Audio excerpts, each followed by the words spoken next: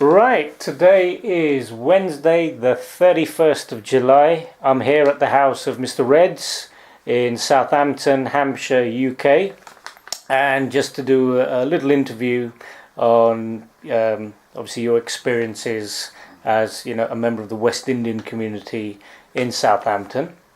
So first of all, Mr. Reds, if you could just introduce yourself and tell us what year you came to Southampton and from which island. My name is Reds, Winston Robinson. I came to Southampton 1960, late summer 1960. Lived there for about a year, then went to Birmingham for about a year and came back to Southampton. I lived there ever since. I think Southampton is probably one of the best places I've lived, because when I came to England in 1957, I lived in London with my parents for a while. However, I'm not too sorry I've left London. I've lived in Southampton all these years. I've got my children, Lynette and Gary and Olivia. Colin, he's in Australia. Yeah. Yes, I enjoy my children. Right. Yeah. So, you were born in the city? No, I was born in Jamaica. Right. I was born in Jamaica. Right. I came here when I was a young lad. Right. 1957. 1957. December. Right.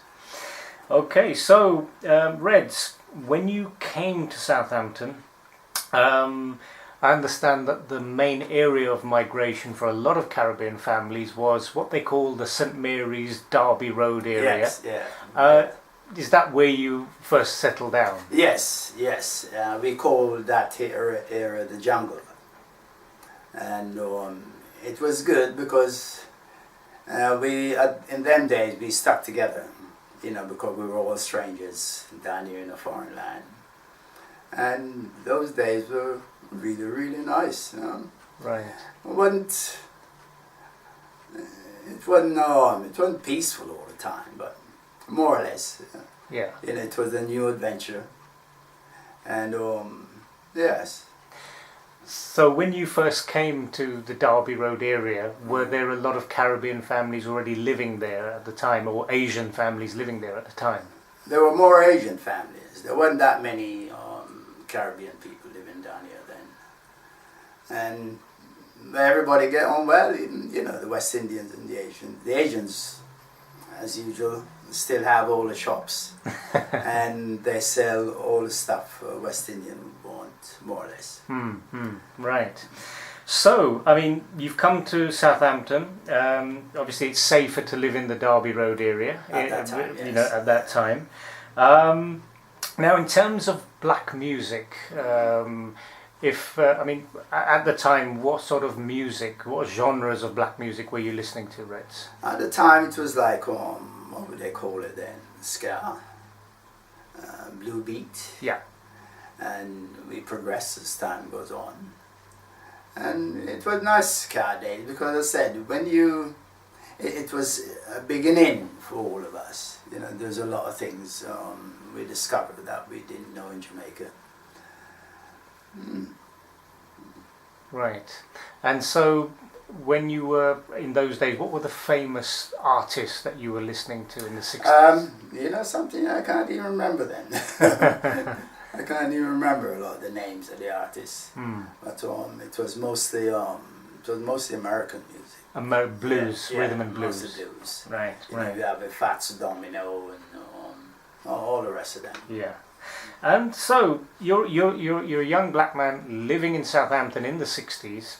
Where could you hear the ska and the blues? Were there any outlets to hear black music in those days in Southampton in the 60s? Well, the only outlets we had was if you go to a friend's house, and coming down the line a few years later, we start having Shebeens.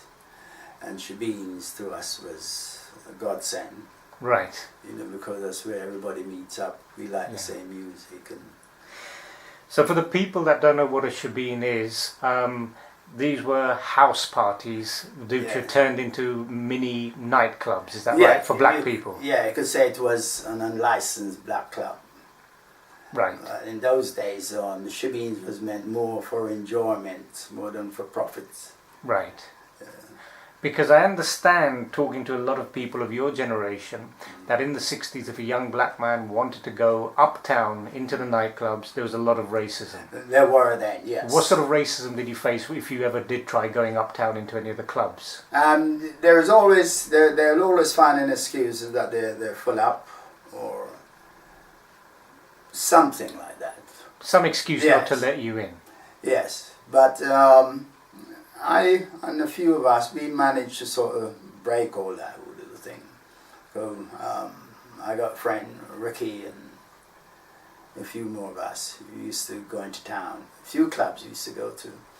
And they used to love us coming in there. And we got so, I don't know, popular or liked. We didn't have to pay to go in most of these clubs. Right. Well, they knew that we weren't troublemakers. They knew we come out to have a good night, have a few drinks, have a laugh, and we were okay. We were okay, had some good times. So, but in some cases, when you did go into those clubs, did you face any hostility? Yes, but I think I've seen so much of that when I was living in London. The teddy boys and everything. Right. Southampton was quite mild in comparison, so I didn't really get frightened. And just, you mentioned, you touched on the teddy boys. I mean, for those who don't know, in the 50s there's a lot of racist attacks on black people by the teddy boys. Yes. Right. Yeah, I experienced them for a few years in London. Yeah, with the Notting Hill riots as well. Yes. Yeah. Right.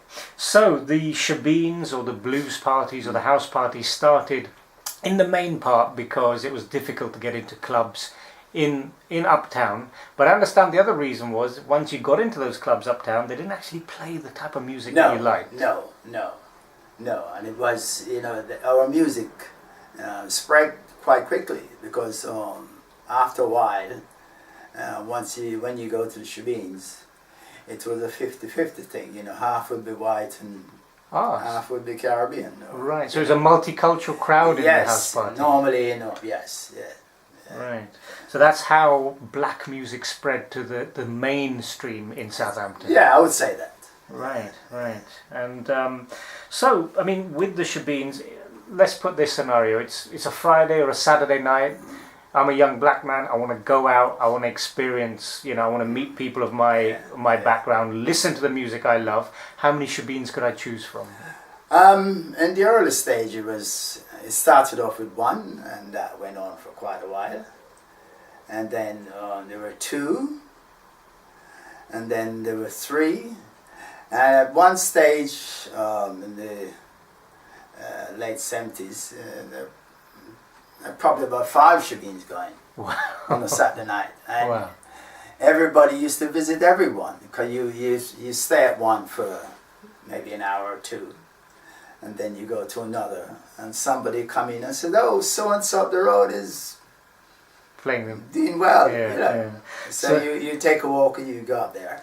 So I've heard the phenomenon of doing a pub crawl. This was a Shebeen crawl. Yes, exactly. Brilliant. Exactly. So when you used to go into these Shebeens, what was the setup like? Nothing special. You build a little bar and you keep all your drinks under the bar, mostly. Yeah. And you go in and whatever you want to drink, you ask the person who's at the bar. Right, so you could buy a drink there? Yes. And food? And food. Right. Yes. Okay. Anything you want. Anything. We'll stop at food. Yes. So these were like in houses, in rooms or cellars? Yes, we've had 2 cellars, 2 Shebeens there, 2 cellars, and the cellars were the best ones. Right. Because they were like underground, a bit bigger than upstairs. Yeah. The sound wasn't so loud out in the street. Yeah. And yes. So, as if you could hazard a guess, I mean, on a popular night, how many people would you see in a Shebeen? Well, I should imagine on a Saturday night, if you're going to one Shebeen, well, in the earlier days, probably about 50, you'd probably find about 50 people in one of those spaces. Sometimes more, sometimes less. Okay, okay. Yeah. But as the blues parties became popular as the decades passed, some of the most popular ones, how many people could you see in some of the most popular ones in there? How many people would be? Well, like the sellers, you know, those are the ones that hold the people, and those are normally the nicest ones for some reason. Yeah, yeah.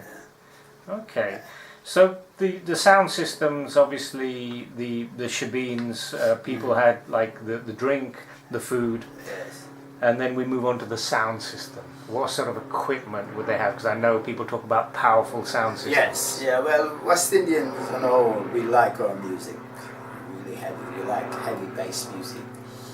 And I think in a close place like a Shebeen, you know, it really stands out, it really comes out.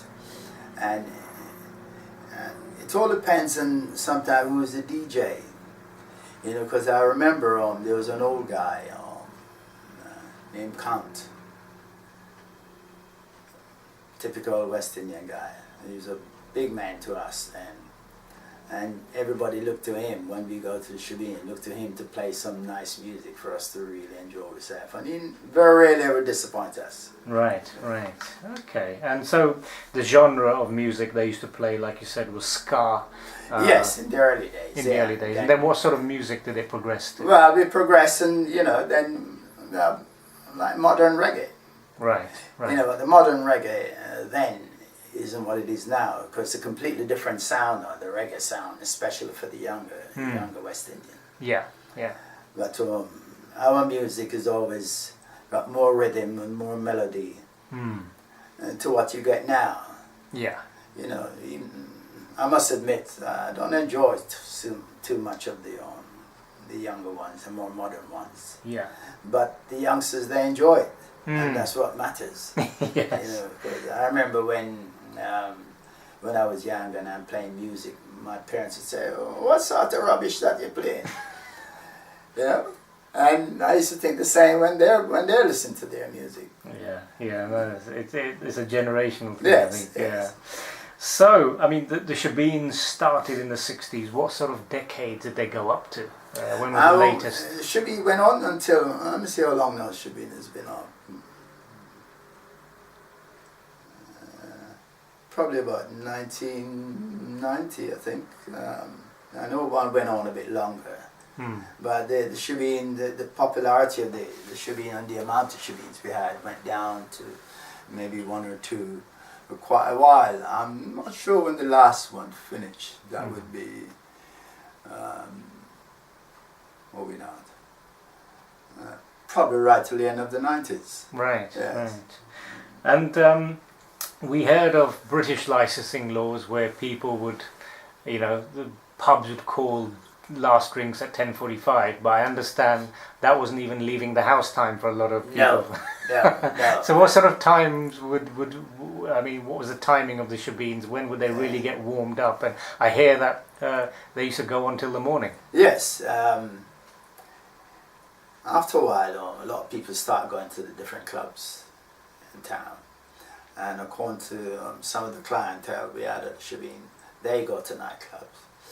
And sometimes you don't see them turning up in the Shebeens until about 3:30, 4 o'clock. In the morning? Yes, because they've been out at the club, went for a meal or something like that.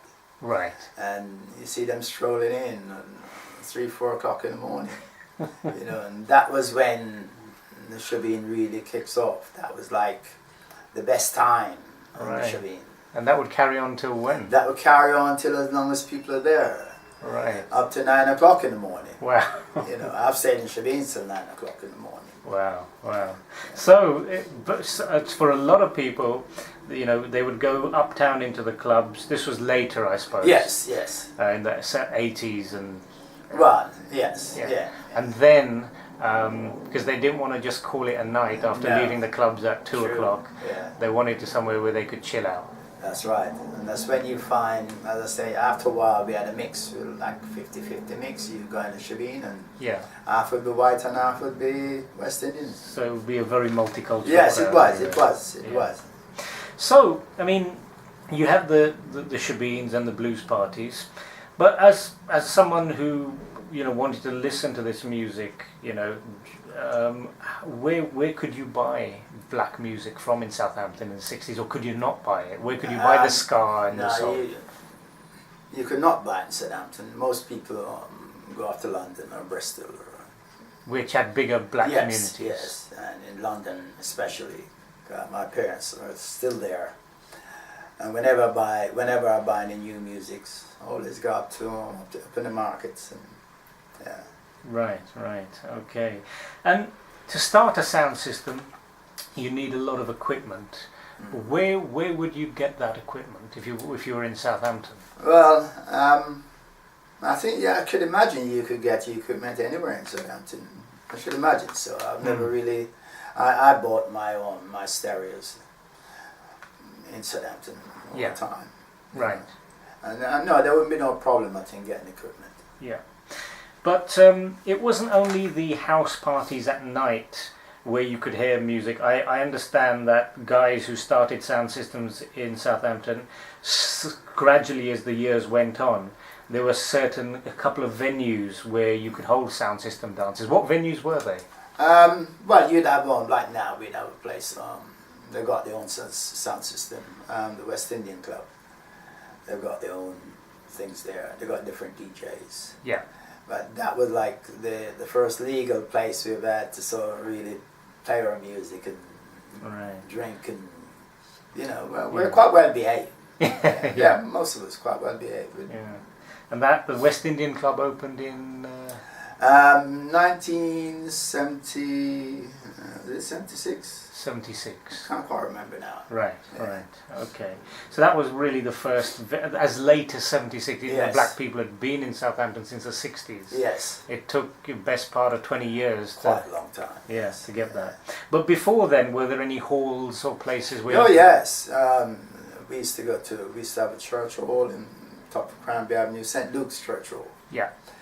And we saw a British Legion place not far from here either.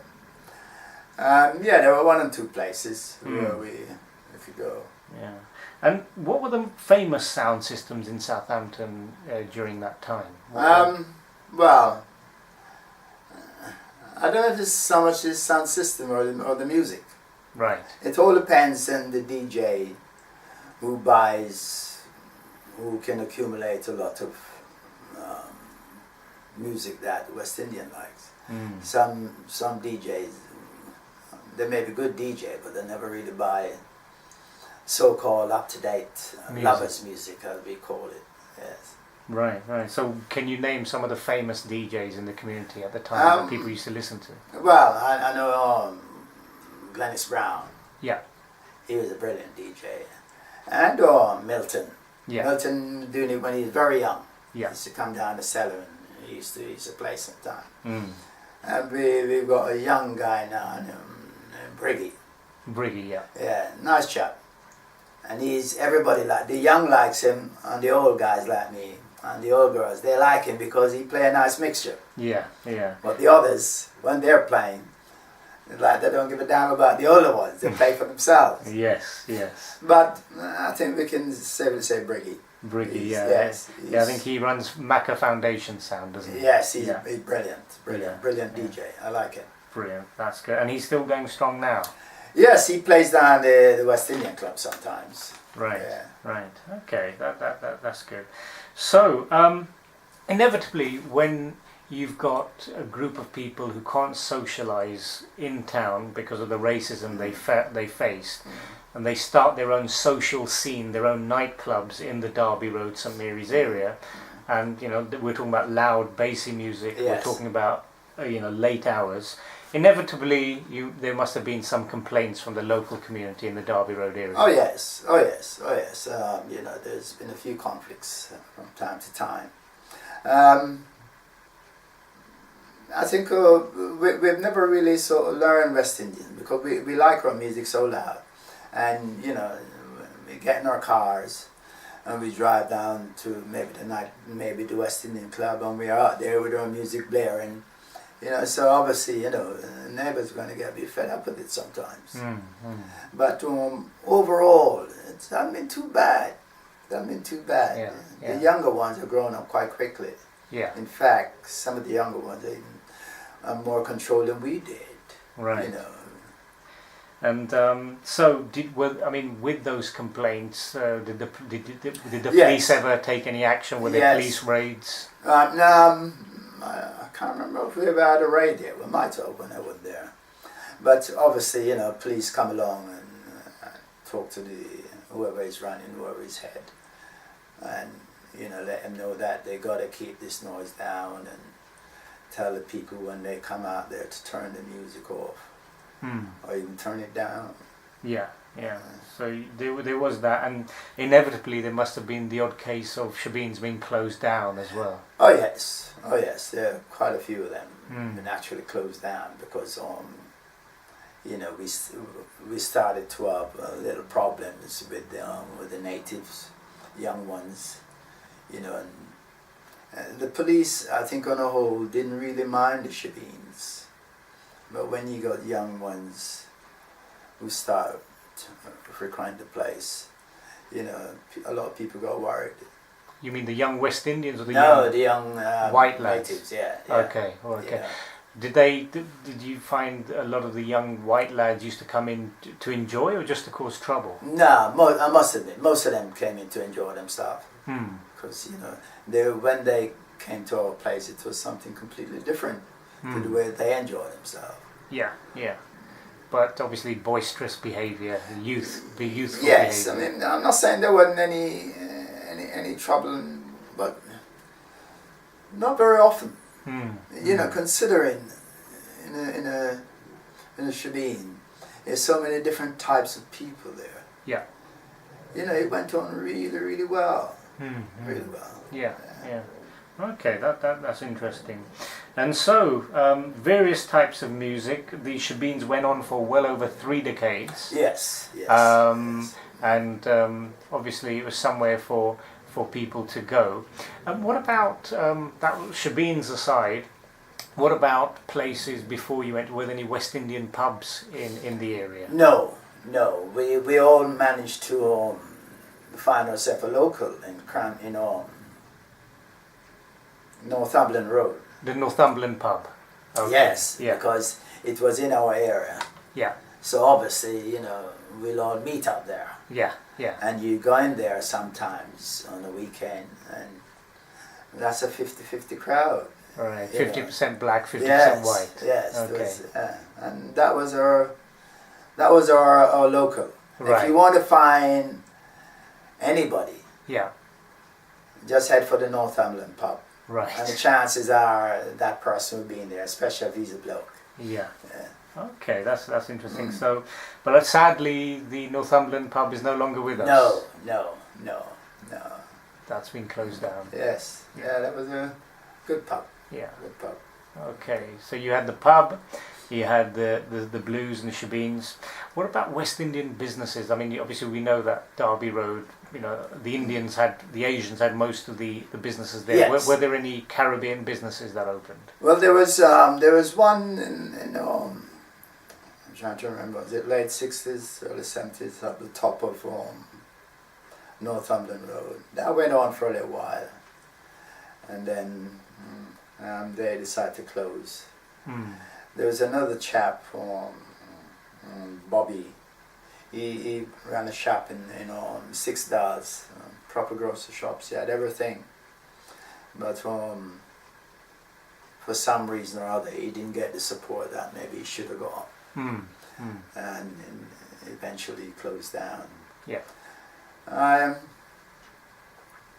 No, nobody else has ever had a shop, as far as I can remember. Right. So this musical thing now has continued because the legacy started in the 60s with the Shebeens and the sound systems. Yes. And now you have famous personalities like Craig David, for example. Yes.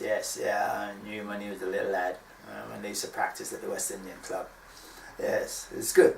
yeah. Good. And his dad was in a band as well. Yes, yes. I still see his dad. You know, Yeah. We travel together sometimes. Yeah. Yes. Right, right. So yeah, so the musical legacy has continued.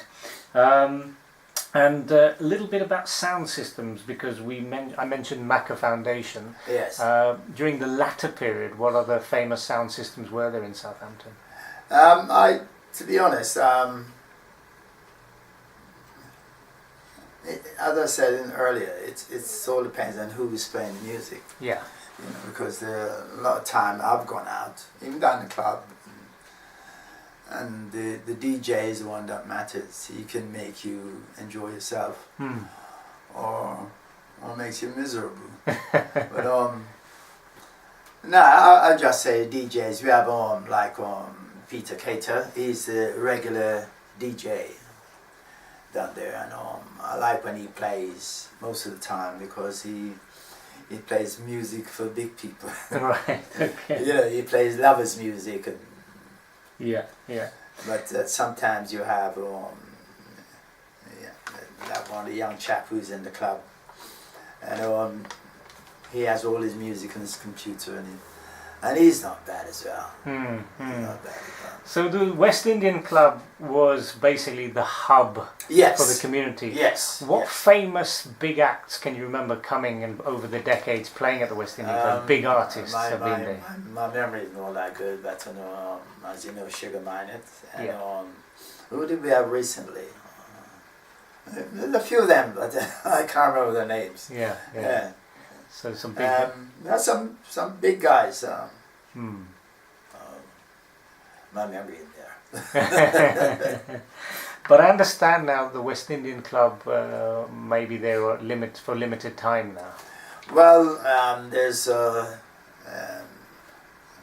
conflicts going on there, and it's a pity, because as far as I heard, the roof is leaking. It's not very satisfactory the way things are going on. Yeah. I wrongly or rightly, I don't really get involved in any of the politics. Because when I want to go out, I go there regardless of who is running it. Just to enjoy it. Yeah, I enjoy myself. Yeah. I don't really care. But at the same time, you know, this place has been here a long time. We work hard to get that place.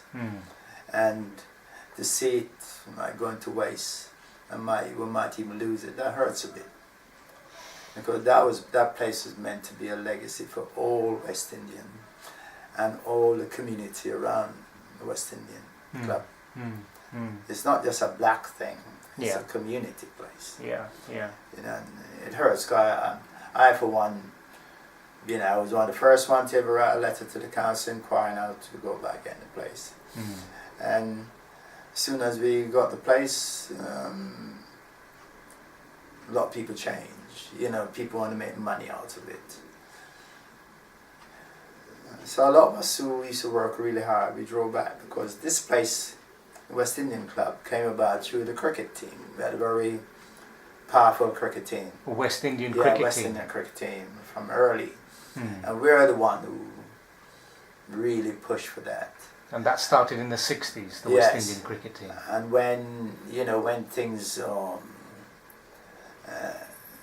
were more or less granted to us, everybody changed and decided to make it a money-making thing. So.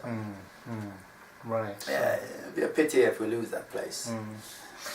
Right. Well, Reds, you've had a lot of experience in the black community. A lot of people know you in Southampton. Yes.